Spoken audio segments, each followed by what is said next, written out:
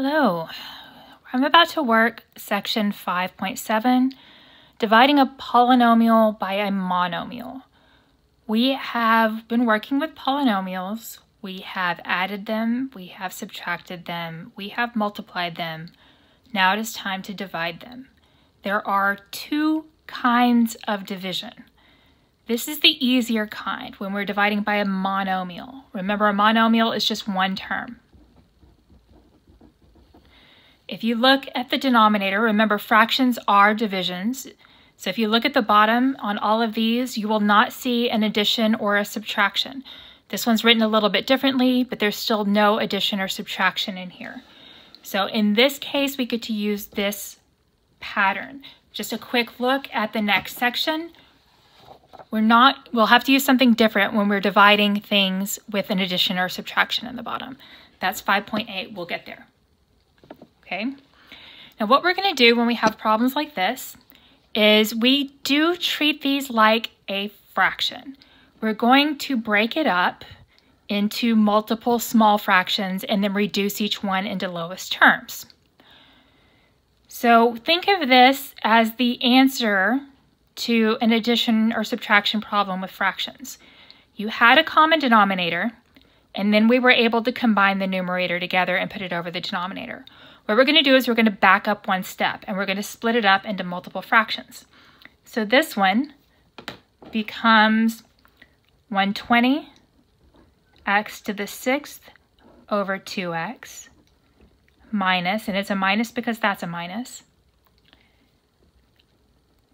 60 x cubed over 2x plus, because that's a plus, 80 x squared over 2x. If you look at this as a addition or subtraction problem, they have a common denominator, even though we haven't talked yet about how to work with fractions that, chapter 7 is where we get into big things like this. But you can see that we have the same denominator, and if we added and subtracted across the top, we'd be right here. Now what we're going to do is we're going to reduce each of these three fractions as much as possible. We're going to be using our power rules.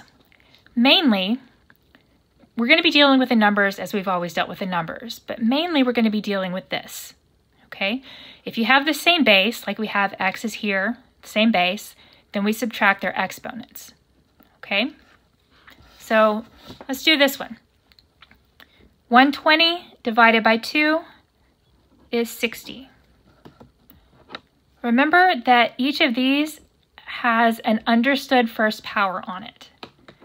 So as we're doing these, we subtract exponents. 6 minus 1 is 5. I'm going to have an x to the 5th. And remember, wherever your larger exponent is, that's where your answer ends up. If your larger denominator, your larger exponent is in the bottom, your x is going to stay in the bottom. Minus 60 divided by 2 is 30. X, I have 3 up here, 1 down here, 3 minus 1 is 2, x squared, plus 80 divided by 2 is 40. 2 minus 1 is 1, so this is x. You can write in the first power, but it's not needed. Your answer is 60x to the 5th minus 30x squared plus 40x. If you didn't understand quite what I was saying about where the larger exponent is, don't worry about that too much. We're going to get to some problems where we have to deal with that. Okay, so let's try this one. It's very similar. I have 3 terms in the top, a monomial in the bottom. I'm going to split it up into 3 fractions. 8t to the 5th over 2t minus 4t cubed over 2t plus 4t squared over 2t. Each of these has a first power in the bottom. Do the divisions where you can. 8 divided by 2 is 4. 5 minus 1 is 4, so this is t to the 4th power. Minus 4 divided by 2 is a 2. 3 minus 1 is 2. 3 is in the top, so t squared. Plus 4 divided by 2 is 2.